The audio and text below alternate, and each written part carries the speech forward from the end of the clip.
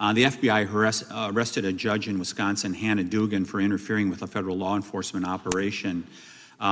Could you tell us a little bit about that? And is a judge above the law here in the United States of America? Well, no one is, and that case is ongoing. But as you stated, and these allegations said, there was an interference in a federal lawfully executed federal law enforcement priority that was interfered with.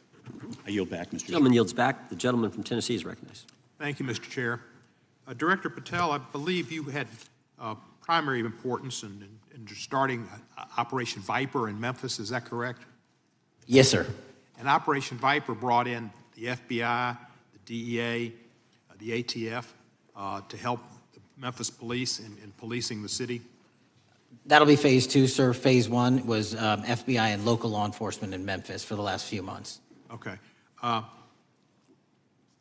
You did a good job, and the police director and the mayor have told me that that has been helpful, the FBI working with the police. And the FBI are trained in law enforcement. They know Miranda rights, they know how to do policing, and they do a good job working with the police. Do you think that the National Guard is necessary to do the work that the FBI is doing now? Thank you. I do think it's necessary to finish it. What we've done is 500 arrests in Memphis and 110 federal indictments. But what we need to do is we've only secured a piece of where the criminal conduct is occurring in Memphis, and we can't work inside perimeters that are not established and safe, and we don't have the manpower to give us the space to fully go into the areas where the criminal activity remains. Well, are you suggesting that the National Guard is going to go into the more heavily crime areas? They're going to establish, like they did in Washington, D.C., perimeters where local law enforcement and the FBI, DEA, ATF, and U.S. Marshals can go into. We can't be going into all these areas knowing that they're extremely volatile and jeopardizing the safety of our agents. Did the National Guard do anything in Washington to help the FBI stay safe from these dangerous elements? They established perimeters. Established perimeter, and the criminals knew about it, so they... It was a visible force, sir, so they kind of saw it. Well, what you did, I commend you for what you did, and I think the FBI coming in, we have a crime problem in Memphis. The FBI has helped, DEA will help, and the ATF will help. I don't think the National Guard's going to help, and what I've seen, they're not trained in law enforcement, are they? No, sir. And so that could be a problem. Who will direct the National Guard in Memphis? Will it be, will they have control over your agents? No, sir, they won't. Who will have control over your agents? You? Well, the SAC and then ultimately the chain of command up to Washington, D.C. will control the FBI, but there's a task force that was put together that is going to be led by an interagency.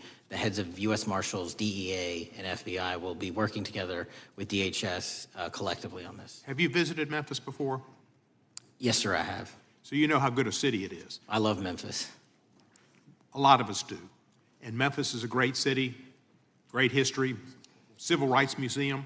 Might say something about slavery, but that was the history. It needs to be taught. Blues, Elvis. Beale Street. Beale Street, right, barbecue.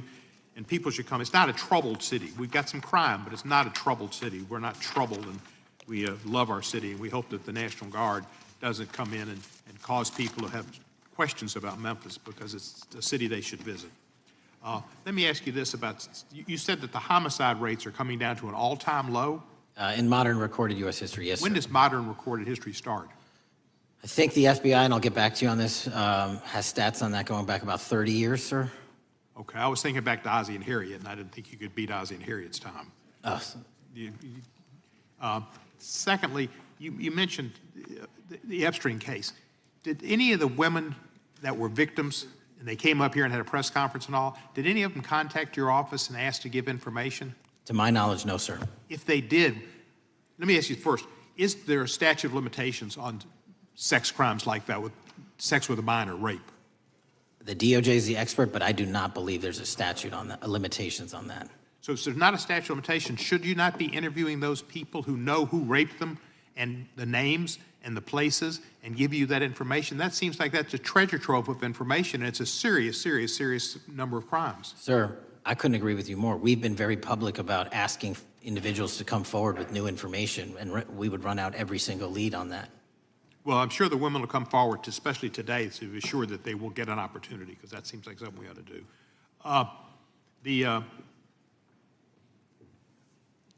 Mr. Driscoll, What was his reputation? I can't comment on Mr. Driscoll's matter. It's an ongoing litigation. Yeah, but his reputation you could tell us about. I can't tell you about his reputation. His work has been laid out in that lawsuit. How many of the FBI agents who worked on the January 6th case have been fired? I don't have that number, sir. Do you have a ballpark figure? No, but I can tell you that individuals based on case assignments in the FBI that I have led have not been terminated for case assignments. Thank you, sir. And come back to Memphis and you work with Kevin Kane in our Tourism Bureau. He's great. Thank you. And thank you for your work in Memphis. Gentleman yields back. Mr. Chairman, I have a unanimous consent request. Gentleman's recognized. So I've got 4 documents I'd like to introduce into the record. The first one is Jeffrey Epstein's 6th story played out for years in plain sight. And Acosta is quoted in here saying, "I was told Epstein belonged to intelligence and to leave it alone." The second document is entitled, "What Epstein's Bodyguard Warned About His CIA Connections." The third document is from Fox Digital. It's titled, "Epstein's Private Calendar Reveals Planned Meetings with Obama Admin Official CIA Chief." And the last document is Wall Street Journal article that highlights Ehud Barak's 36 meetings with Jeffrey Epstein. He was the former Prime Minister of Israel and head of military intelligence for Israel. It may have held that title when he met Epstein, and then, yes. Without objection, the gentleman will hold for a second. The gentleman from Maryland is recognized. Thank you, Mr. Chairman. Just one UC request. This is Judge Engelmeyer's decision from August in U.S. versus Epstein, stating the government's 100,000 pages of Epstein files dwarfs the 70-odd pages of Epstein grand jury materials. Without objection, the gentleman from Kentucky is recognized for 5 minutes. Thank you, Mr. Chairman. Director Patel, I watched some of your Senate hearing yesterday when Senator Kennedy asked you, "You've seen most of the files. Who, if anyone, did Epstein traffic these women to besides himself?" You replied, according to the transcript, "There is no credible information that he trafficked them to anyone else." You also said somewhere in the hearing and here today that the problem is that the case files are constrained by limited search warrants from 2006 to 2007 and that the non-prosecution agreement hamstrung future investigations. Those constraints only apply to Southern District of Florida. They do not apply to Southern District of New York, the location of the 2019 sex trafficking indictment, which produced many things, including a series of FD 302 documents.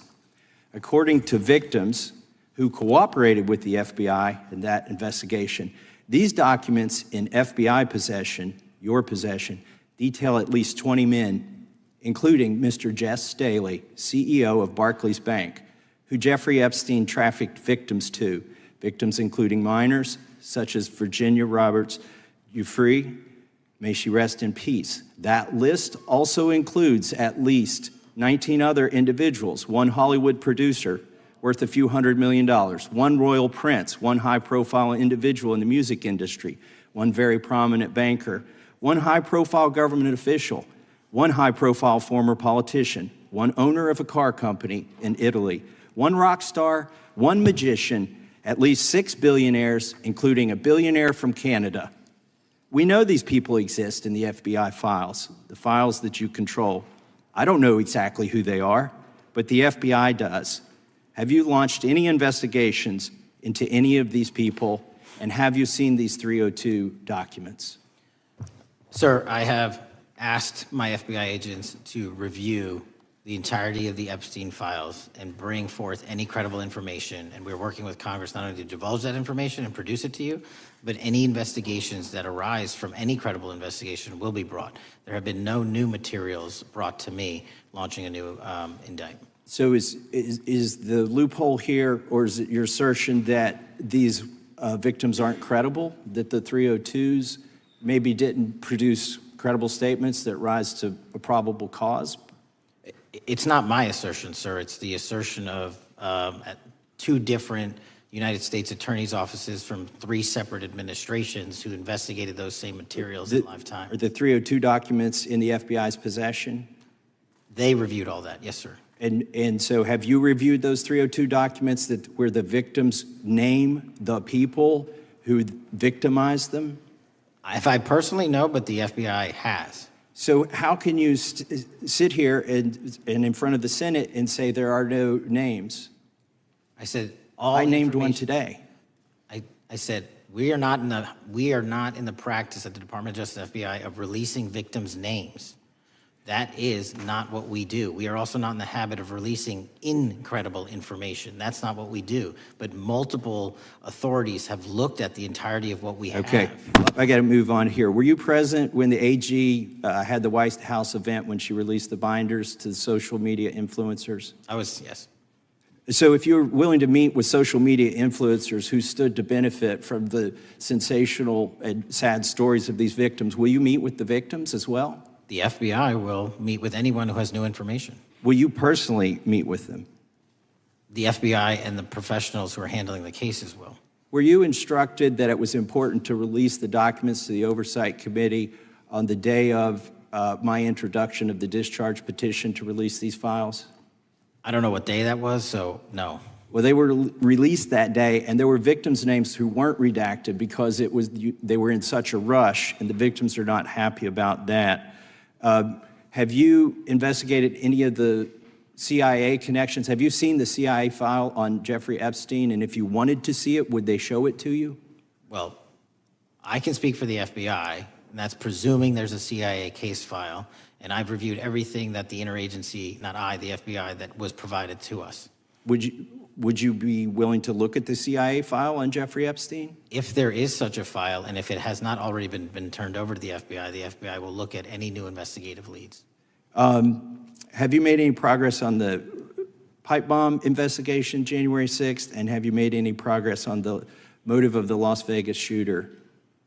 As to the first, it's an ongoing investigation, and we have made progress.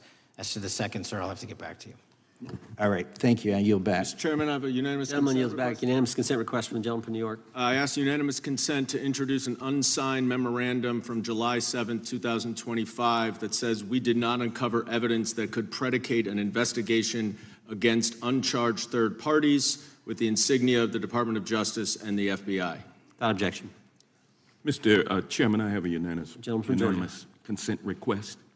It's an article entitled DOJ Deletes Study Showing Domestic Terrorists Are Most Often Right-Wing.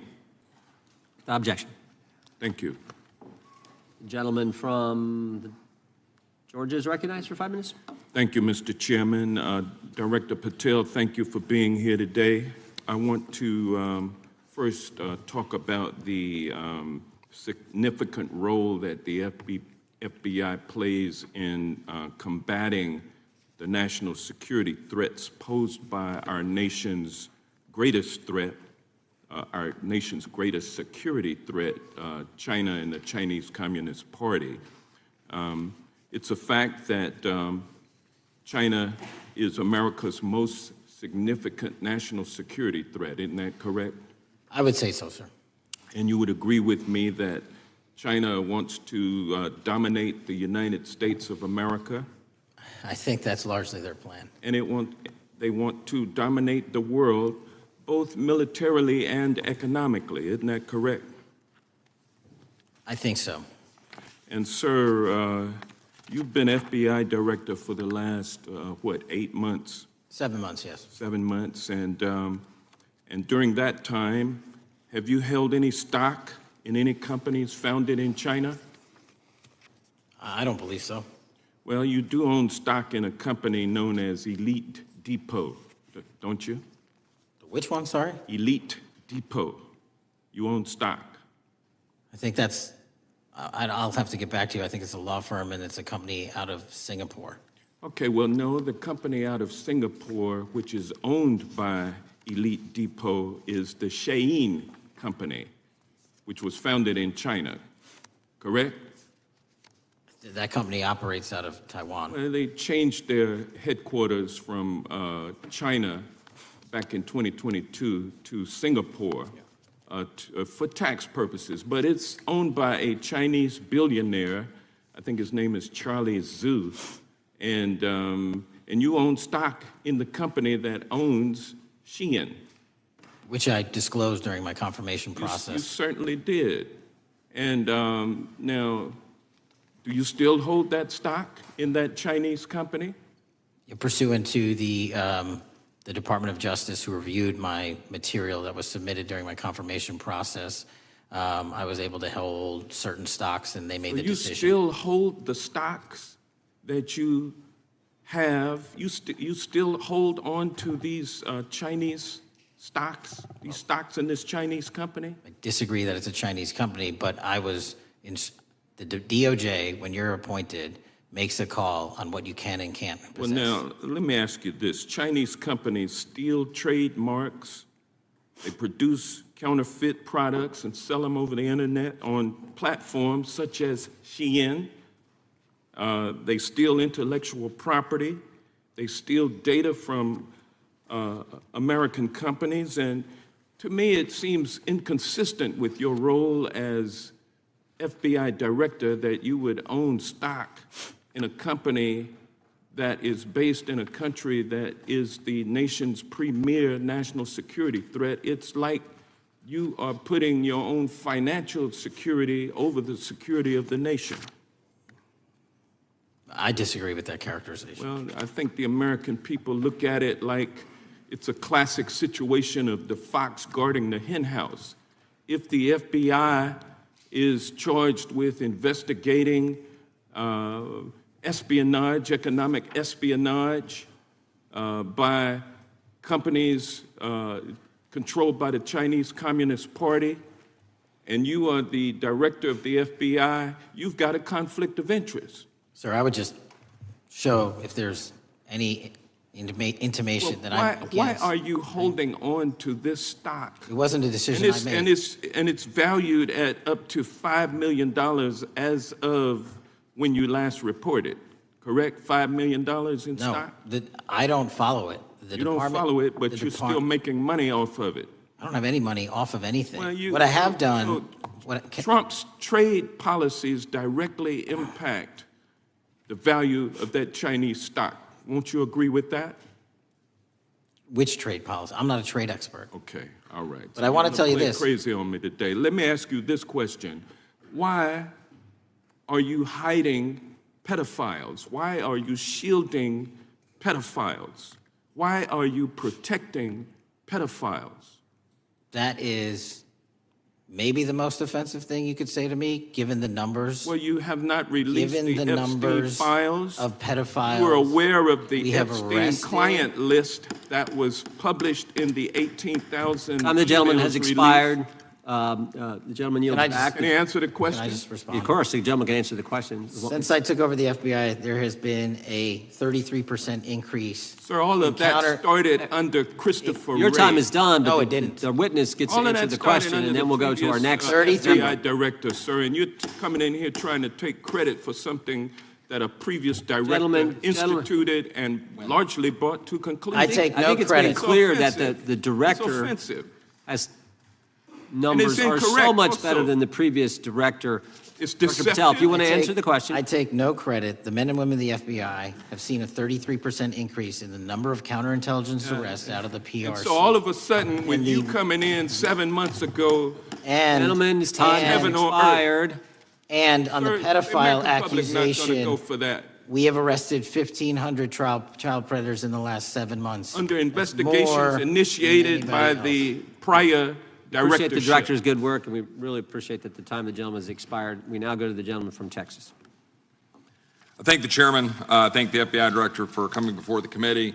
I assume the FBI director, Mr. Patel, I believe you probably agree with me that there is a significant organized effort on the left side of the political spectrum to advance criminal organizations being able to put more criminals out on the streets. That what we've seen this in daily action. Are you familiar with the report that came out this last Monday from the Law Enforcement Legal Defense Fund?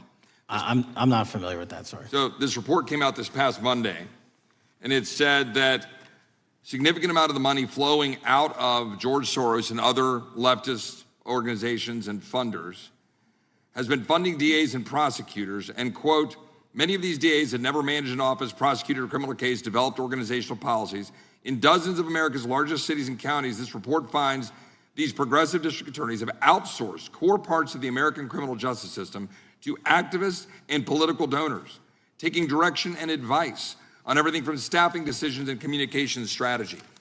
Organizations, it's a complex web of donors going in through these organizations to put radical DAs and prosecutors out there, putting criminals on the streets. Does the FBI director agree that this exists and is a problem? I will accept the factual representation, and if that exists, it is a problem.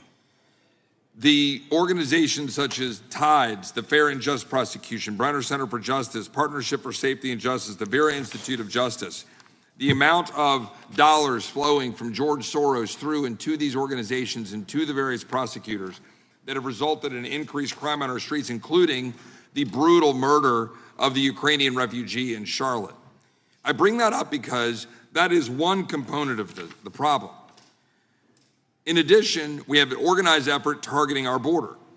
The NGOs, the nonprofits and the deep pockets, the United Nations, charitable organizations, and a long list of over 250 organizations that the Center for Immigration Studies put out that lays out a complex web of organizations that were moving people into our country, knowing that they're dangerous, knowing that they're criminal, associated with taxpayer dollars flowing through the United Nations and donor dollars flowing through organizations, including ostensibly religious ones, putting these dangerous individuals on the street that resulted in fentanyl in our communities, that resulted in the death of Jocelyn Nungare, of hundreds, thousands even, as the director testified, 100,000 people dying from these narcotics every year. All of this in an organized effort, a complete effort by the radical left to use taxpayer dollars and these dollars to put people on our streets. In addition, the extent to which we've seen now with the Southern Poverty Law Center and their hate map targeting, for example, the Family Research Council, where we had a shooting right here in DC over a decade ago, putting Charlie Kirk, putting a target on TPUSA, Antifa, other radical organizations that are very specifically organized in targeting conservatives and ordinary Americans. Well, how about the organized effort to infiltrate our schools and advance a transgender agenda and advance a radical agenda, perhaps one that we will see exposed further in the individual that actually shot Charlie Kirk? So here's my question. Will you as the director, and are you as the director, pursuing all legal channels to follow the truth wherever it may lead on this organized effort, one? And two, do you agree that Congress should take all action necessary to expose this web of dollars that are flowing to undermine our way of life? I got another minute in my time that I'd like to hear from you on this topic broadly. I'll keep it short.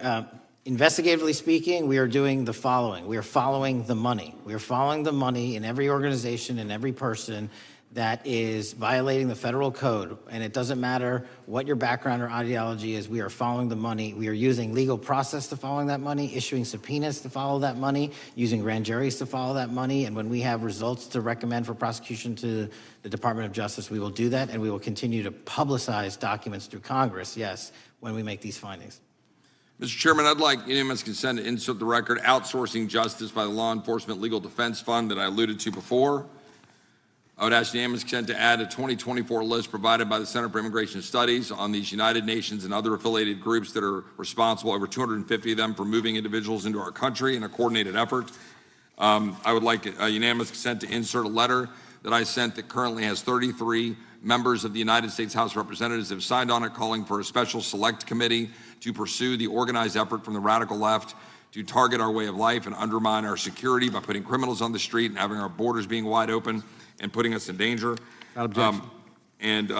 With that, I would yield back. Without objection. Gentleman yields back. Mr. Chairman, I have a couple of unanimous Gentleman's consent requests. recognized. One is a letter from Senator Tom Cotton dated last year urging the U.S. to, quote, ensure that data from U.S. companies is not harvested by the Chinese Communist Party through the purchase of Xi'an software and technology. Without objection. And also a statement by Marco Rubio, then Senator Marco Rubio, which warned our UK allies about, quote, Xi'an's deep ties to the People's Republic of China. Without objection. Also, crime is the record crime is down in 2025. Trump doesn't deserve credit, which demonstrates that the crime rates have been decreasing since 2023, which was published by the Vera Institute. Also, a unanimous consent request to enter into the record a NPR report from July of 2024. GOP vows to make America safe again. Statistics contradict their growing crime claims. Without objection. Also, a report out of the American Presidency Project dated January 17, 2025, record low crime during the Biden-Harris administration. Without objection. Also, Joe Biden is correct that violent crime is near a 50-year low, which was a PolitiFact publication of May 2024. And last but not least, a FBI releases 2024 reported crimes in the nation statistics. These are FBI statistics published on August 5th, 2025, which details decreases in murder, rape, aggravated assault, and robbery in 2024. Without objection. Gentleman from Kentucky is recognized for unanimous consent. Mr. Chairman, I ask unanimous consent to submit two sets of documents. The first is a series of emails from the victims of Jeffrey Epstein. They are making FOIA requests to get their own FBI files and not having any success. So I want to bring attention to that by submitting that to the record.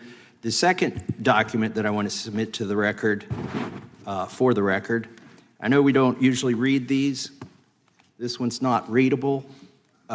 It's completely redacted for the most part, the first 50 pages. This is actually the search warrant that was served on James O'Keefe for a diary that he had already given to the government 2 months before. And as it turns out, there were no indictments here, yet he still doesn't know why he was raided, and I think he deserves to know. So, Without objection. Thank you. The chair now recognizes the gentleman from California. Director, the first time you saw Donald Trump's name was in the Epstein files. Did you close the files or keep reading? I have reviewed not the entirety of the files, so I have. You haven't reviewed all of the Epstein files? Personally, no. You're the director of the FBI. This is the largest sex trafficking case the FBI has ever been a part of. Buck stops at the top, and your testimony today is you have not reviewed all of the files. What I've been doing is been busy providing the safest country this country has seen in modern U.S. history in historic speed, because the men and women of the FBI are given the resources to reduce the homicide rate, to reduce the drug trafficking rate, to reduce the amount of children that are being trafficked and the number of pedophiles. It sounds like those children being trafficked would appreciate the director reviewing the files. You said you don't know the number of times Trump's name appears in the files, so it could at least be 1,000 times. Is that right? The number is a total misleading factor. We have not released number at least anyone's be 1,000 name. times. We have not released anyone's Could it name in at the least Epstein be files 1,000 that times? has not been credible. Director, And could it at we have least be 1,000 released times? every piece of legally permissible information. Okay, you can so- characterize the numbers however you want it. Reclaiming my time, Director. It sounds like if you don't know the number, it could at least be 1,000 times. Which It's not. leads me- It's not. Is it at least 500 times? No. Is it at least 100 times? No. Then what's the number? I don't know the number, but it's not that. Do you think it might be your job to know the number? My job is to provide for the safety and security of this country. My job is not to engage in political And that innuendo includes protecting so you can go sexual out to the assault sticks victims. and get your 20-second hit in your fundraising reclaiming my article. time, But Director. keep going, reclaiming your time, because the Director, people of California If are being Trump- if the underserved by president- your If the representation. president is not implicated, why not release everything that involves We him? have released everything, the president and anyone else's side, that is credible and lawfully be able to be released. Your fixation on this matter and baseless accusations that I'm hiding also child Mr. Massey's pedophiles is disgusting. interest. Anyone that says that needs to look at the stats alone. And go back to the state of California, who's receiving the biggest surge in FBI resources through my redeployment because the cities of Los Angeles, San Diego, and San Reclaiming Francisco my time, need it. Director, remembering your oath to tell the truth, did you ever tell Donald Trump his name is in the files? I have never spoken to President Trump about the Epstein files. Did you ever tell the Attorney General that Donald Trump's name is in the Epstein files? The Attorney General and I have had numerous discussions about the entirety of the Epstein files and the reviews conducted by our team. Did you tell the Attorney General that Donald Trump's name is in the Epstein files? And we have released where President Trump's name is in the It's a simple attorney's question. file. Did you tell the Attorney General that the President's name is in the Epstein files? During many conversations that the Attorney General and I have had on the matter of Epstein, we have reviewed. The question is painstakingly simple. Who Did you can tell be- the Attorney General that Donald Trump's name is in the Epstein files? Yes or no? Why don't you try spelling it out if Yes you're or going to mock no, me? Director? Use the alphabet. Yes or no? No? A, B, C, Director, D, E, F? it Don't sounds wanna like do you it? don't want to tell us. Did you tell the Attorney General that Donald Trump's name was in the Epstein files? Why don't you try serving your Director, constituency did by you tell the focusing on Attorney reducing General violent that Donald crime in this Trump's name- country and the number of pedophiles that are Director, legally reclaiming harbored my in time, your Director. sanctuary cities in Director, California? reclaiming I'll my work with time. you on that. Do Regular you wanna order, Mr. work with us Chairman. on that? Director, Time reclaiming my belongs to the time. gentleman from California. Did you tell the Attorney General that Donald Trump's name is in the Epstein files? Yes or Question no? has been asked and answered. You've not answered it, and we will take your evasiveness as a consciousness of guilt. Director, did Donald Trump ever say to you, just find and release the entire truth? Don't worry if I'm in it? The instructions from the administration were to release all credible information, and we have done that. Did Donald Trump ever provide information about Jeffrey Epstein as an informant? Donald Trump has not been, and I can only speak for the FBI, an informant of the FBI. So, Director, you've played this cute shell game where you say you can't release everything because the court has said that it legally is not allowed to be released, but the court calls bullshit.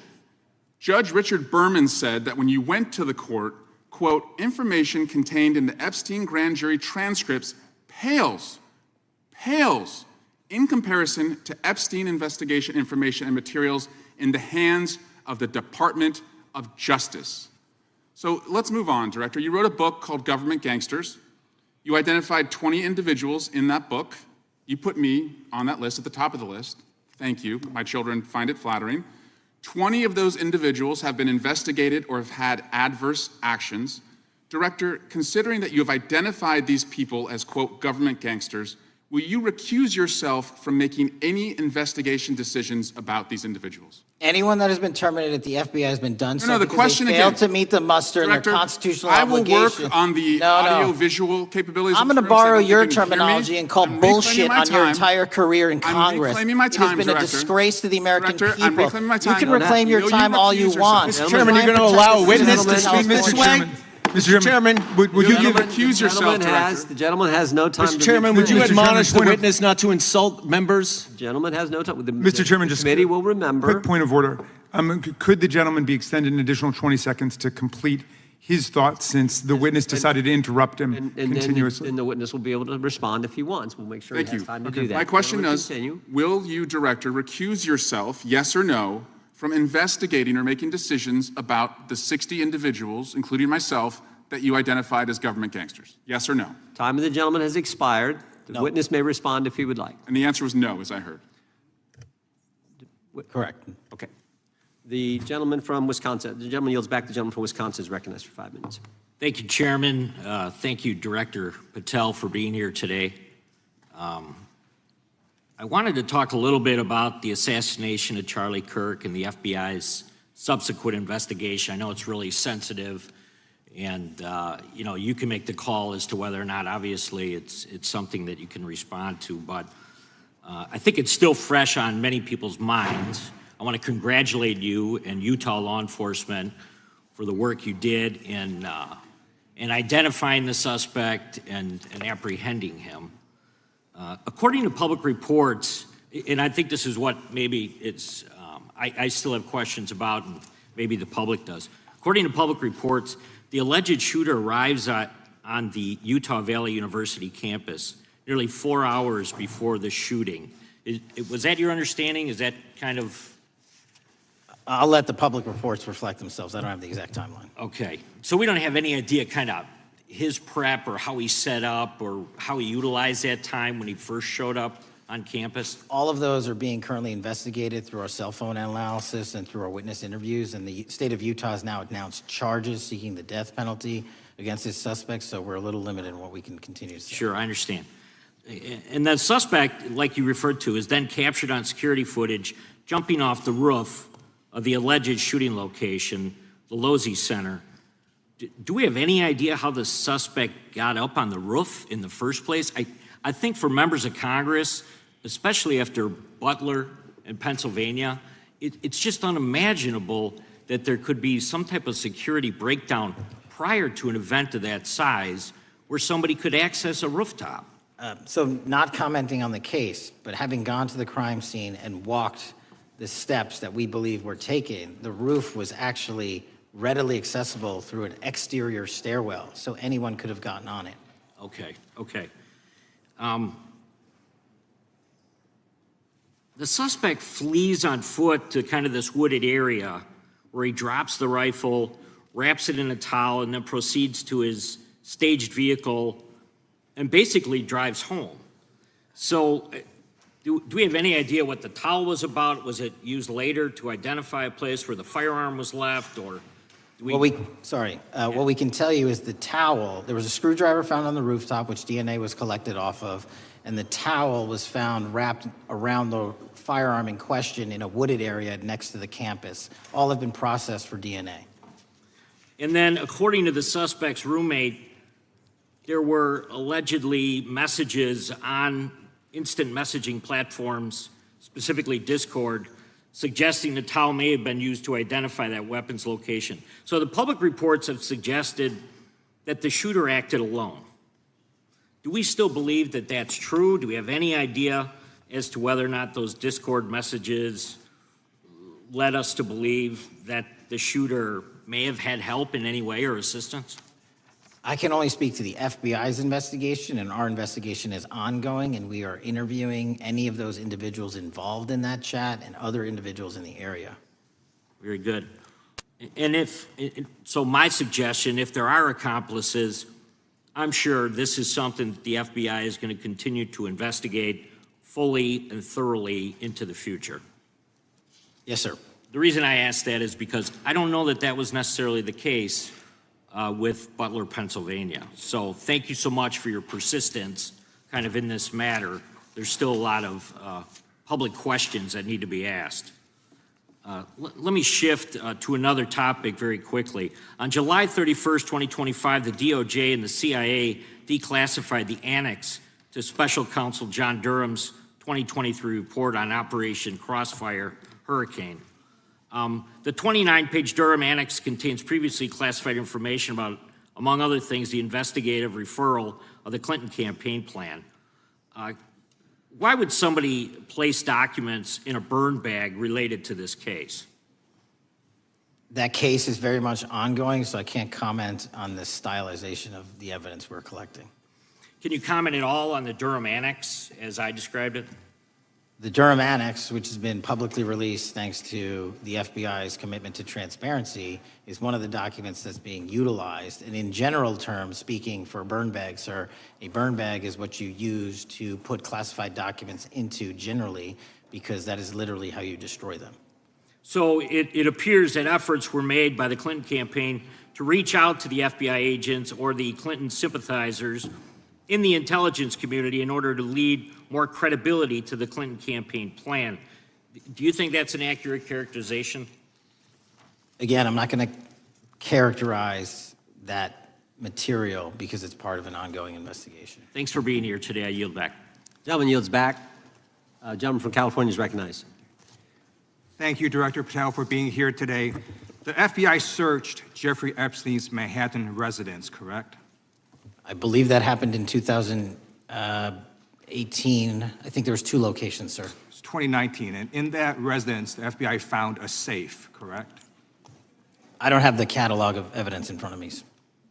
In that residence, the FBI found a safe, correct? I'll accept your representation. Okay. And in that safe, the FBI found topless and lewd photographs of girls, correct? Again, sir, I'll accept your representation. I don't know. Thank you. It was All over the media at the time, there's a New York Times article that says Jeffrey Epstein is indicted on sex charges as discovery of nude photos is disclosed, dated July 8th, 2019. And the Times reports a trove of lewd photographs of girls was discovered in a safe inside financier Jeffrey Epstein's Manhattan mansion. Author Michael Wolff has conducted numerous interviews of Jeffrey Epstein. I'm going to play for you a video clip of what Michael Wolff said Epstein told him was in the safe and what he showed the author was in this safe. So let's please play that clip now. Elected. And I was sitting talking to Epstein, and he said, "Wait a minute, I got to show you something." And then he went into his safe, and he came out with photographs. They were Polaroids, I think, and he kind of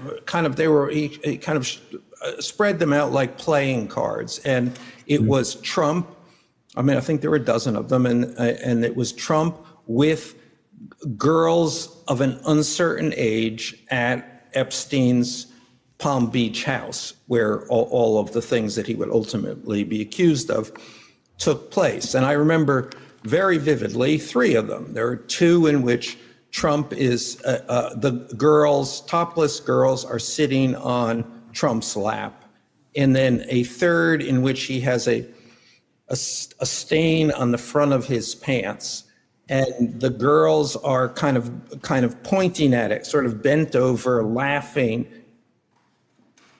So Director Patel, I'm going to ask you a very broad and general question. As you know, Donald Trump and Jeffrey Epstein were friends. There are, of course, photos showing Donald Trump together with Epstein, correct?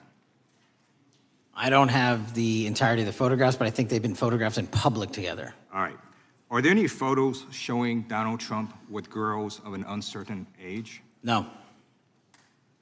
How do you know that? Because that information would have been brought to light by multiple administrations and FBI investigators over the course of the last 20 years. Well, you know what? That's just not true, because no one knew about the creepy birthday message that Donald Trump wrote to Jeffrey Epstein until the Wall Street Journal disclosed it, and then all of a sudden, the Epstein estate provides it to Congress. Well, so certainly, you weren't there at the search. You don't know what Epstein may or may not have done with those photographs even prior to the search. Maybe someone has it. Maybe the Epstein estate has it. You raise a great point. So I'm going to ask you, have you asked to talk to Michael Wolff? You raise a great point. I haven't personally asked to talk to Michael Has the FBI asked? But you the to Michael FBI, Wolff? I'll get back to you if the FBI specifically So Michael Wolff has ever. about 100 hours of testimony of Jeffrey Epstein. Wouldn't it be good for the FBI to interview Michael Wolff? I'm not saying they haven't, I just don't know. Has FBI subpoenaed the tapes that Michael Wolff has conducted of Jeffrey Epstein? I don't know. All right, so if you could provide us an answer, that would be terrific. Sure. Well, let me ask you this question then. Have you looked at all the photos in Epstein files? I have looked at all the information that the investigators who investigated this case have provided to run out credible leads. And in the Epstein files, was there that creepy birthday message that Donald Trump had written to Epstein? No, that's what I was trying to tell you. You raise a great point. The estate of Jeffrey Epstein has a voluminous amount of information that they have not released before.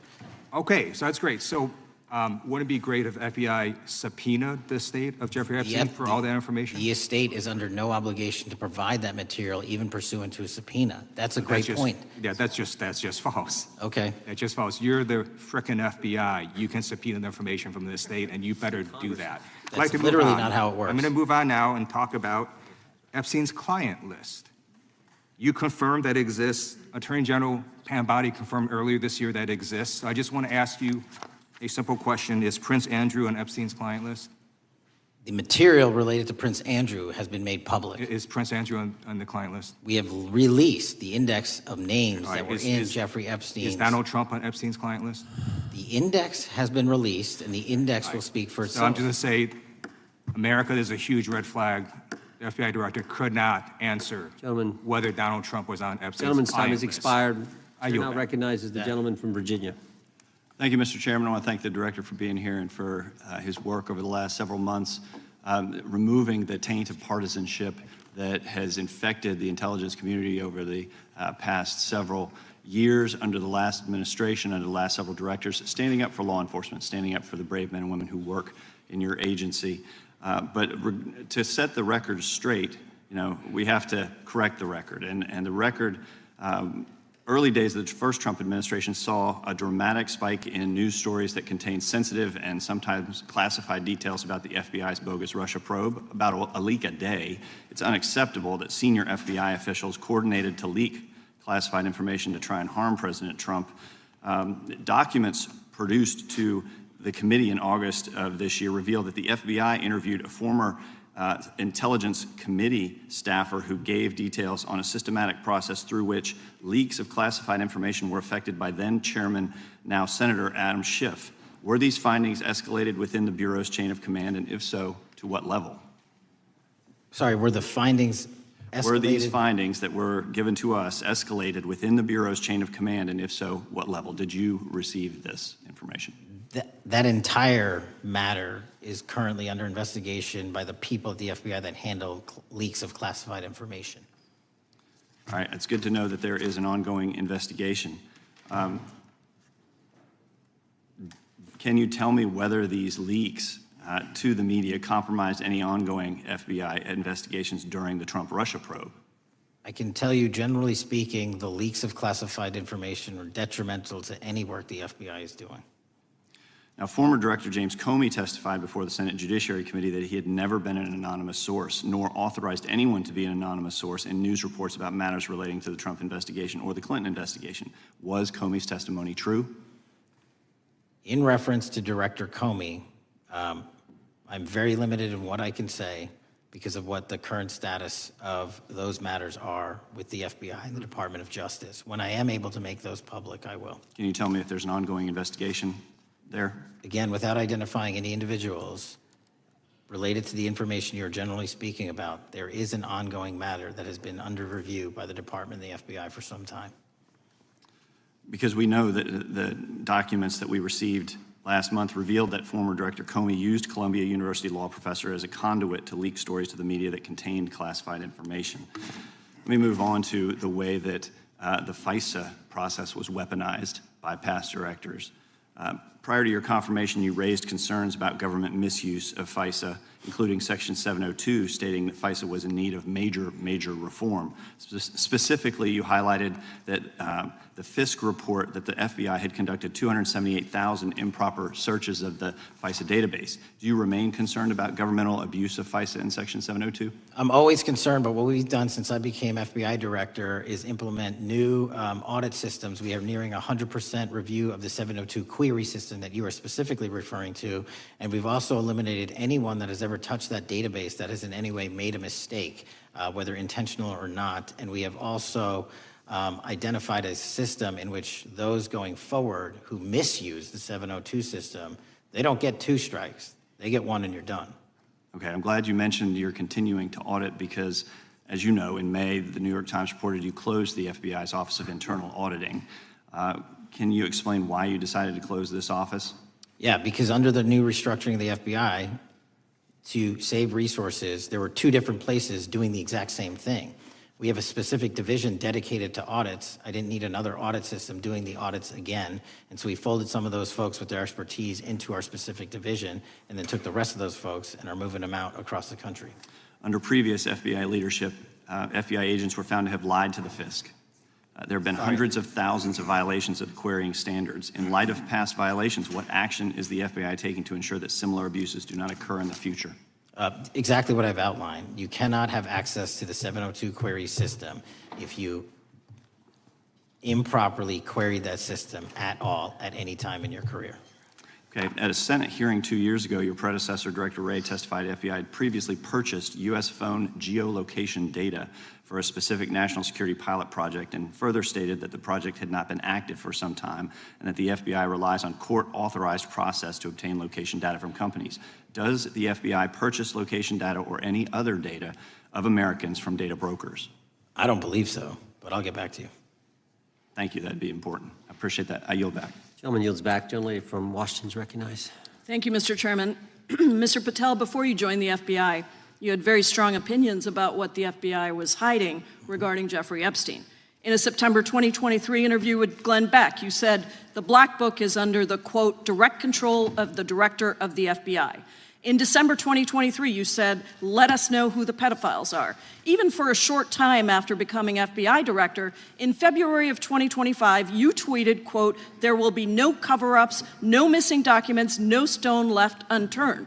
In June, you told Joe Rogan, quote, we've reviewed all the information, we're gonna give you every single thing we have and can.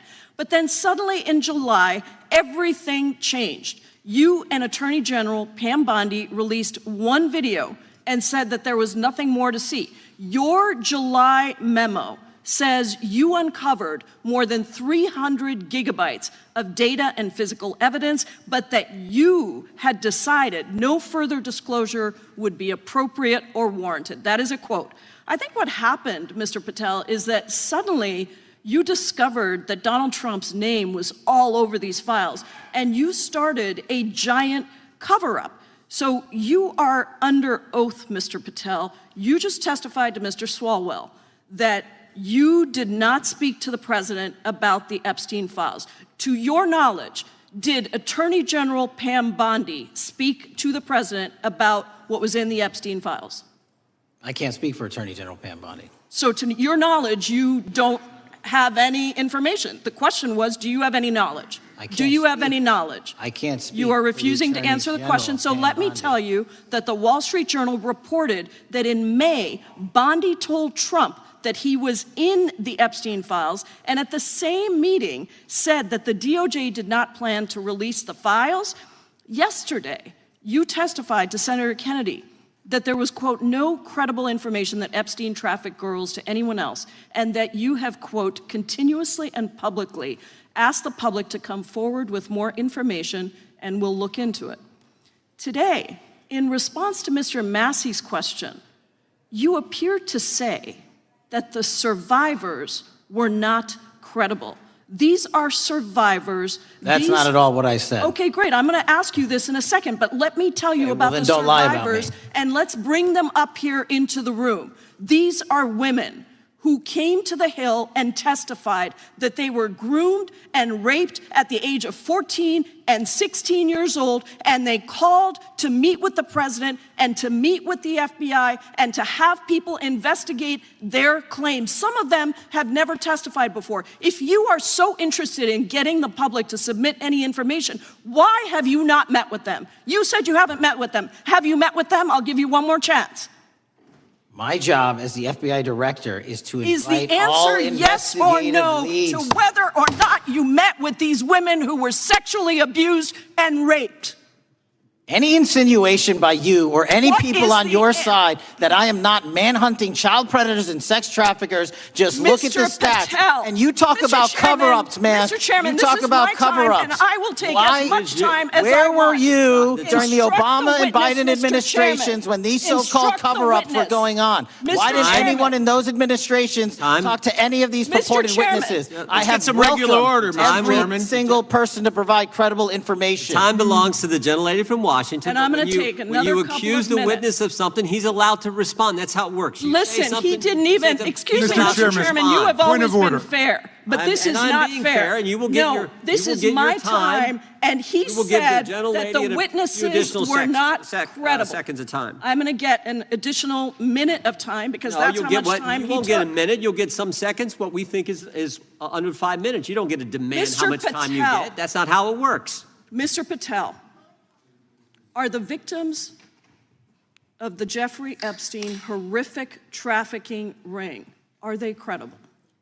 Any person with information about ongoing sexual didn't. trafficking. I'm asking you if they're credible. Ma'am, I'm Are commenting they on the credible? evidence we have. But And we have routinely asked for people to come forward with more evidence, and we will look at it. And the evidence that we have was the same evidence that the Biden and Patel, Obama Justice Departments Mr. had. Patel, And they this is determined, not new. me, they determined that that Chairman, information was not Mr. credible. Chairman, he's not letting me even ask my questions. This You is ask the ridiculous. questions, he gives an answer. You may not like what he says, No, but that I'm doesn't mean you asking, get to he's interrupt not answering him. my question. Mr. Chairman, have could we an- restore the gentlelady 45 seconds so she We can will complete give her her question? additional 30 seconds, which is what I said I'm earlier. going to keep taking my time because you'll take here's the time thing. that you get. You get are 30 not seconds. answering the question.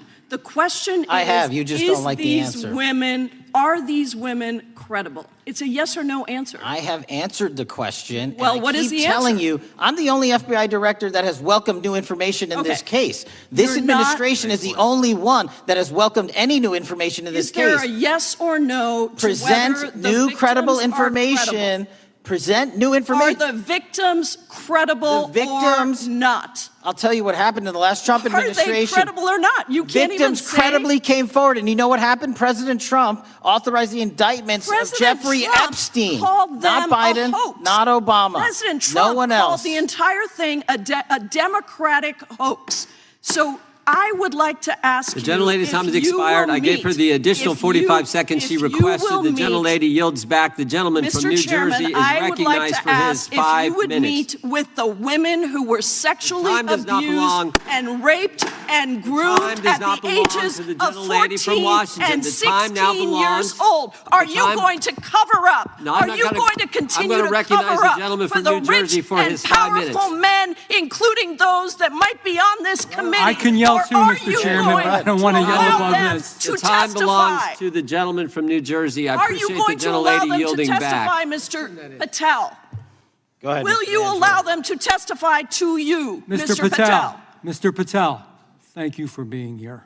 I know it's been an interesting and difficult 2 days.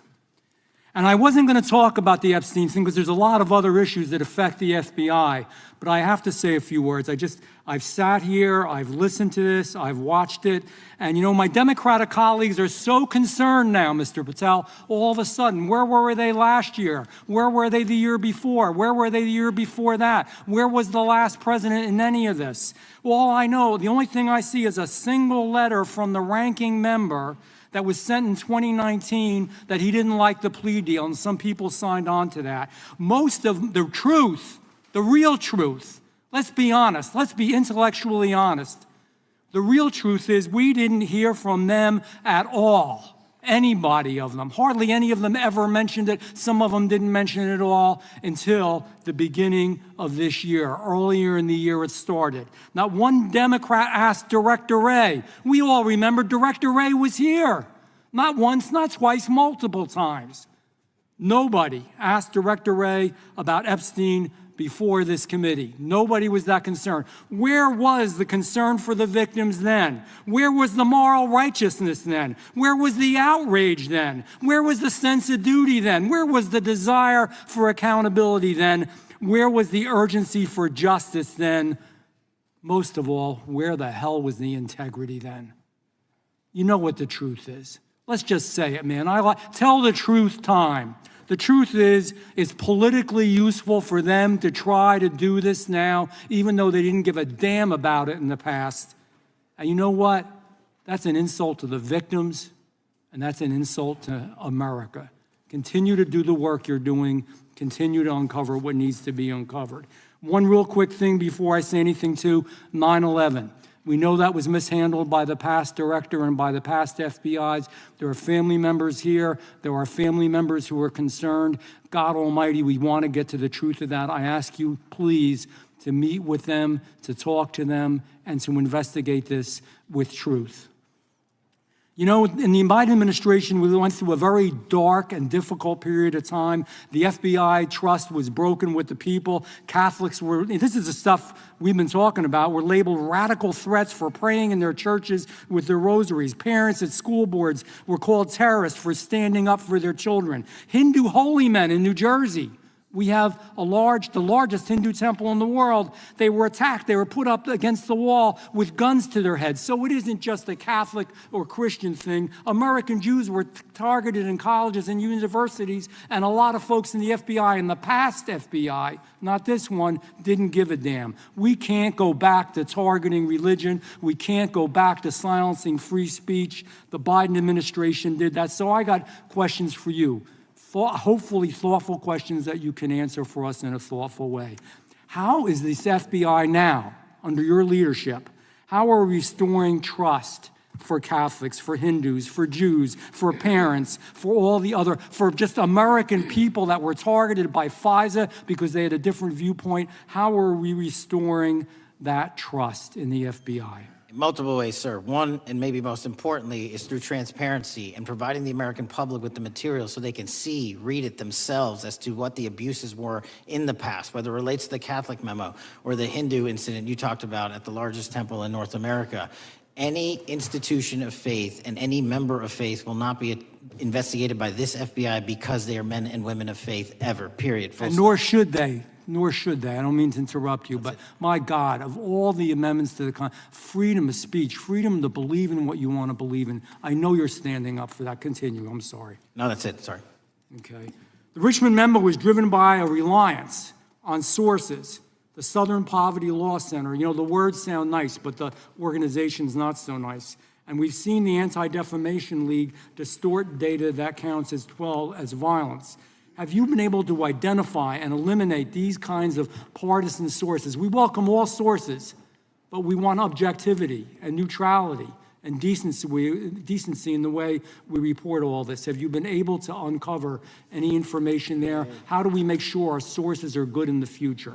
We have reviewed the source processes that infiltrate any institutions of faith, and they will no longer be going into institutions of faith. They will be directed towards criminal activity and protecting the homeland, the two most important missions the FBI has, and that's what we're going to continue to do. Good. And I'll say this, there was a lot of bull today, a lot of you know what, and I'm not going to say it because I respect the institution so much going on around here. Continue to do the work of the people. You are here for that reason. The administration is here for that reason. It was weaponized and politicized, the FBI, in the past. I hope to God we never, ever see that again. One of the darkest parts of American history. Thank you, Mr. Patel. I yield back. Mr. Chairman, I have a unanimous consent Gentleman yields back. The gentleman from New York is recognized for UC. I would like to introduce a CNN article that explains how an alleged top leader of the MS-13 gang was dismissed. His case was dismissed in Brooklyn so that he could be deported back to El Salvador, even though he was charged with murder. Without objection. Mr. Chairman, I have some unanimous consent The lady from requests. Washington is recognized. I ask unanimous consent to enter into the record an article titled "Justice Department Told Trump in May that his name is among many in the Epstein files." Without objection. I have another one that is a July 2025 article by the New York Times entitled "How a Frantic Scouring of the Epstein Files Consumed the Justice Department," stating that DOJ and FBI employees reviewing the Epstein files were instructed to flag any mentions of Trump and other celebrities. Without objection. And I have another unanimous consent request to enter into the record an August 2025 article by The Guardian entitled "Ghislaine Maxwell Hinted at Epstein's Ties to Trump Officials. Why Wasn't She Pressed for Names?" stating that Maxwell told Deputy U.S. Attorney Todd Blanche that some of the, quote, cast of characters around Epstein are in Trump's cabinet. Without objection. Chair now recognizes the gentlelady from Pennsylvania. Thank you, Mr. Chairman, and thank you, Mr. Patel, for coming before us to testify today. I am concerned by your repeated claims that you're not able to disclose anything further about the Epstein investigation and files, and that there's no evidence of a broader conspiracy or other people who should be charged, because the American people aren't buying that you've been transparent or that there's nothing further to be seen. In your exchange with my colleague, Mr. Roy, you reiterated something that I heard you say yesterday in your Senate testimony, and that is, under your direction, the FBI will always follow the money. Is that right? The money, did you say? Yes. Yes, you said you'll follow the money. That's great. And just now you said you welcome the opportunity to investigate new evidence. So there has been significant recent reporting just in the last couple of weeks that after Jeffrey Epstein was arrested, 4 major banks flagged more than $1.5 billion in suspicious transactions connected to him that suggested a massive conspiracy related to his child sex trafficking activities. Director Patel, has the FBI reviewed the $1.5 billion in suspicious bank transactions flagged to the government relating to Epstein and his co-conspirators? I know the FBI has reviewed numerous SARs. I don't know the totality of that number. Okay, can you provide us with that number? I'll get back to you. Okay. And have you initiated any new investigation of those bank transactions since, say, September 8th, when the new reporting came out? I'll check with the Treasury Department because they're the lead on that. Okay, so Director Patel, how many individuals or entities has the FBI interviewed, subpoenaed, or compelled to testify? Can you give us those numbers with respect to these bank transactions? Not off the top of my head. I'll have to work with Treasury. Okay. We're concerned, you see, because you say you're going after child predators, but We are. obviously this is how you follow the money, is if you follow the bank transactions that apparently enabled the child sex trafficking. Would you agree?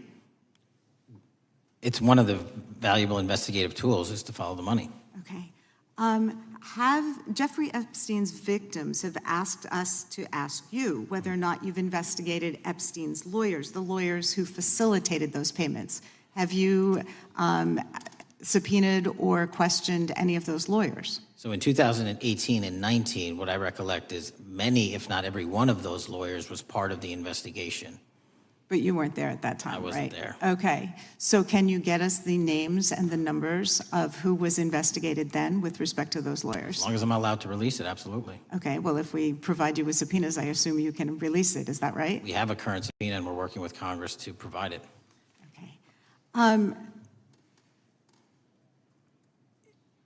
You've said that the Acosta investigation had an original sin. Mm-hmm. What do you mean by that? Basically, if you're looking at an actual pedophile ring, what you should not do is limit the time frame in which you're legally able to collect information. So search warrants that Mr. Acosta utilized in 2006 and 7 leading to the 2008 plea agreement had a very specific narrow window of years, I think 3 or 4 years.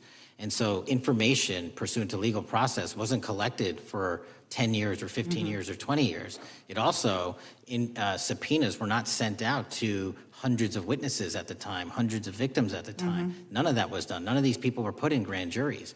And so the totality of information from the jump, instead of being this big, was like this. And that, in my opinion, is not how you run an investigation if you're trying to break a sex trafficking ring. So you're now in charge of the FBI. Why haven't you done that investigation? Great question, and here's the answer. Simply because I am not able to go back 20 years and collect information that the courts had decided was already subject to search warrants. They have said, this was in the investigation, there's a non-prosecution agreement out of that plea, and when the case was reopened, and this is where it comes into play, when the case was reopened in 2018 and 2019, the search warrants, again, were limited to the conduct of Jeffrey Epstein. Now, whether that's right or wrong, that's a different discussion, but I'm telling you that's the information we I think reviewed. that is a different discussion, and I think the discussion we'd like to have today is why you aren't following the money with respect to the broader conspiracy that it has been reported in the New York Times and elsewhere, and that if you really want to attack the issue, if you wanted to attack the issue, if you wanted to get to the bottom of it, if you wanted to disclose what really was involved in the Epstein files, the Epstein cover-up, that you would be taking very different actions that you are today. I do want to seek unanimous consent to enter into the record the New York Times September 8th, 2025 article, How J.P. Morgan Enabled the Crimes of Jeffrey Epstein. Objection. And also an article dated July 17th, 2025, in the Epstein case, Follow the Money. Objection. Okay, thank you. Gentlelady yields back. Mr. Chairman. Gentleman from Maryland is recognized. Thank you much. Pursuant to Clause 2K6 of Rule 11, I move that the committee subpoena the CEOs of 4 banks, J.P. Morgan, that's Jamie Dimon, Bank of New York Mellon, Robin Vince, Bank of America, Brian Moynihan, and Deutsche Bank, Christian Sowing, in order to get the suspicious transaction reports. These 4 banks have flagged to the government $1.5 billion in suspicious transactions related to the sex trafficking crimes and conspiracy of Epstein, Maxwell, and all of their collaborators. And as you know, Mr. Chairman, we got the SARS reports for Hunter Biden totaling around $20 million. And so these $1.5 billion in SARS reports we should get, especially since the director doesn't seem to be forthcoming. And I request that we do this immediately. I think the director's been very forthcoming. We will hold any motion to subpoena in abeyance until the conclusion of the hearing. The chair now recognizes the gentleman from Texas. Thank you, Mr. Chairman. Thank you, Director Patel, for being here. It is quite clear that certain members of this committee, You know, they want their 15 seconds on TV, stamping and coming. Maybe it's for fundraising. Maybe they're struggling in their district. They need a little bump. But they turn a committee into a clown show, and that's what we're seeing. You're being unjustly attacked today. I watched the Senate hearings yesterday. You were attacked there. We know there's an agenda. There's always an agenda. It's the same characters with the same personalities, the same objective, and that is destroy the mega movement. You're being attacked, Director, is because you're effective. You highlighted what you've been doing in D.C. with the president in reducing violent crime. You're very effective. Another individual that was very effective with meaningful debate and dialogue was Charlie Kirk. And they killed him for it. Charlie Kirk was a man of faith. First and foremost, he loved his Lord Jesus. He loved his family. Beautiful wife, beautiful children. Just a remarkable, honorable man that was silenced with this assassin's bullet. I would say if Charlie Kirk lived in the biblical times, he'd have been the 13th disciple. He'd have been the 13th disciple. We have a new committee, if you're not aware, a new select committee regarding January 6th. I'm honored to be on that committee. I'm looking forward to working with other members to expose truth, questioning federal agencies that were involved on January 6th, like the FBI, played a role, but we don't really know, Director, to what extent. We don't know. The January 6th sham committee was not formed by Nancy Pelosi to seek truth. It was nothing about getting to the truth about January 6th. Their sole mission was to damage Donald J. Trump and end his political career. And everybody knows it. That's what the purpose was. You know what's nice, so I kind of get to ask the question, though, how did that work out for you? Donald J. Trump is back in the White House, and America loves him. I spent 30 years in law enforcement, retired sheriff from a large county in the great state of Texas.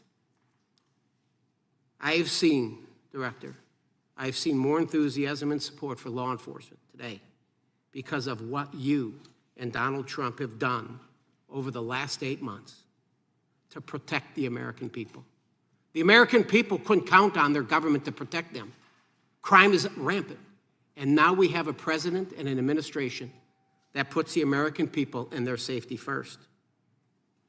It's interesting, a few minutes ago, a classmate reached out to me and sent me I told him, I said, yes, we got Director Patel in front of our committee today. And Andy Kane wanted me to tell you, he said, quote, tell him we love him. Tell him we love him and all the brave warriors exposing the deep state. Kash, you're a great American, sir. You're a great American. Your work as the director of the FBI is commendable. It's commendable. And I want to thank you, sir. Thank you for your service. Keep up the good fight, brother. Don't let him tear you down. Keep up that good fight. You have it in you. With that, sir, I yield back. Gentleman yield to me.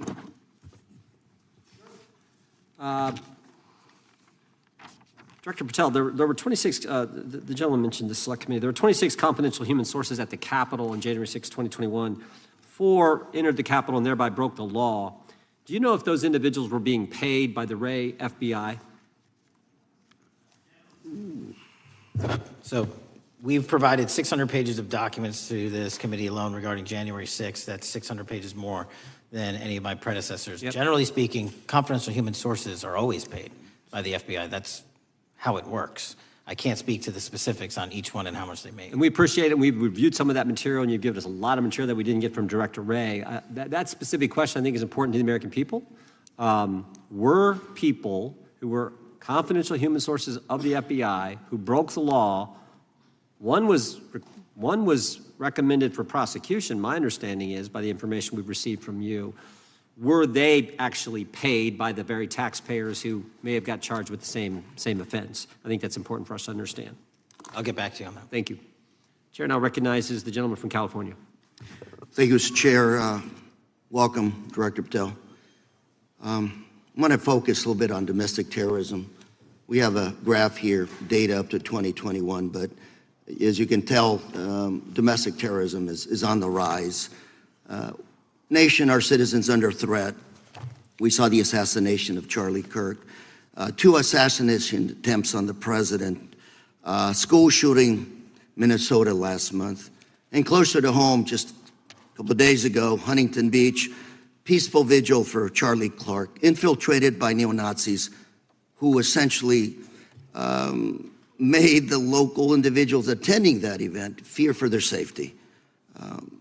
All of us know that a lot of these domestic attacks are by lone wolves, but yet they do leave clues, social media or elsewhere. Director Patel, you're it. You're the thin blue line. The FBI, your job to protect our citizens back home from those that would harm us. You have to find the needle in the haystack. Takes a lot of work, a lot of resources. Talking to my local sheriff this morning who said they're concerned. Federal cuts to local grants that help them do the job. Then, of course, let's not forget about other threats that are coming before us, like high-tech fraud. Local senior recently was talking to me about a text she had gotten, a demand by the IRS to send a payment immediately, or the IRS agents were on their way to arrest this individual. Pretty gutsy stuff by folks probably from Europe, North Korea, Russia, China, people, okay, going after those precious savings our senior citizens rely on. Yet the president's proposing a budget cut of $500 million or more to your organization, the FBI. You've said that that'll essentially equate to about 1,300 less jobs at the FBI. So I'm going to ask you essentially, what is it that we can do to help you do your job? Little concerned. Friday night lights. One of the events I love to do on Friday nights, go to the local high school football game. Sit there at the stadium and you always say, what if? What if? You're the thin blue line. Can you do your job cutting $500 million from your budget? Thank you, sir. I think we are doing our job, and the distinction is with the budget that we have, we are flexing more resources to the field. California is receiving the largest FBI plus-up of any state in the union due to that plus-up. They're not getting a reduction. No state is getting a reduction. Every state is getting a plus-up. And so I'm utilizing the money that we have to first plus it up. And the empty vacancies that we have, those haven't been filled in years, not under my leadership. Here's my concern. You're going to do well. You're doing more with less, is what you're saying. Yet we're about to vote on a budget that has $88 million more to protect members of Congress, the executive branch, and the Supreme Court. There's a contradiction here. Back on Main Street, we're saying you can do more with less, you can protect them with less money, yet here in Washington, we're saying we need more money to protect members of Congress.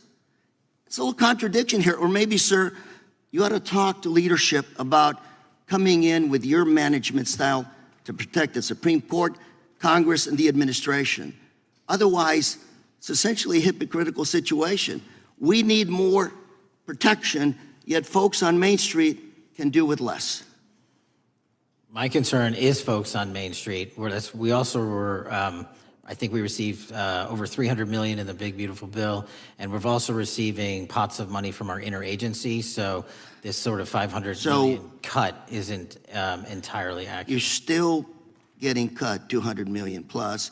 You're still moving your agents to do ICE work, so you are leaving a lot of bases uncovered. And I'm not going to be argumentative with you, Director Patel. I'm just saying, if that thin blue line does not hold, people on Main Street will pay the price. I agree with you, sir. And I just look forward to working with you because I am very concerned that these kinds of budget cuts are short-sighted, especially when my local sheriff calls me and says, we need more support, and we're looking at budget cuts. I'll work with you, sir. Thank you, Mr. Chair. I yield time. Mr. Chairman, I have another unanimous consent request. The gentleman yields back. The gentleman from New York is recognized for unanimous consent. I seek to introduce a December 2024 OIG report from the Department of Justice, which confirms the conclusion of the Bill Barr Justice Department that the so-called whistleblower, a disgruntled former employee of the Intelligence Committee, was not a credible witness, and there were no further actions taken.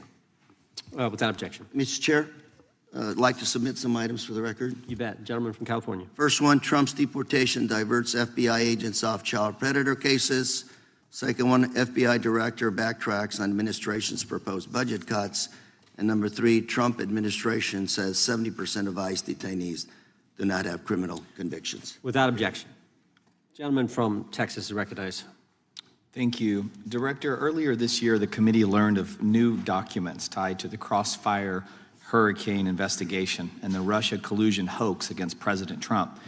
Your efforts in declassifying key documents tied to this investigation allowed the committee to acquire thousands of pages that it did not have previously. Did any of your predecessors make any effort to declassify these documents? Not to the extent we have. Did any of your predecessors share or leak any details that were classified at the time? There are ongoing leak investigations across the board at the Bureau related to this. I believe one of those is Mr. Comey, and I thank you for continuing that investigation. Among the declassified documents are the Durham Report Annex, the Crossfire Binder, and the Nellie Orr Criminal Referral. Could you summarize for those watching what we know about the Russia collusion hoax so far? Well, sir, I think the record will speak that the Russia collusion matter was perpetrated by a political party to go overseas and obtain information from a foreign intelligence asset, only to have that information, which was demonstrably false, turned over to the FBI, who walked into a federal FISA secret court and asked for a secret surveillance court order and lied to the federal court, and we know that because someone was convicted of it, and only to surveil the political opponent. So that is a massive scandal. We helped expose it. And in terms of the pages of productions, I provided 1,400 pages of production related to Crossfire Hurricane, and my predecessors have provided 0. I appreciate that, and I appreciate your courage and commitment to declassifying these important documents for our review, and hope that you'll continue with this commitment. Can we expect to see more declassification efforts regarding the Crossfire Hurricane and Russia collusion hoax? Yes.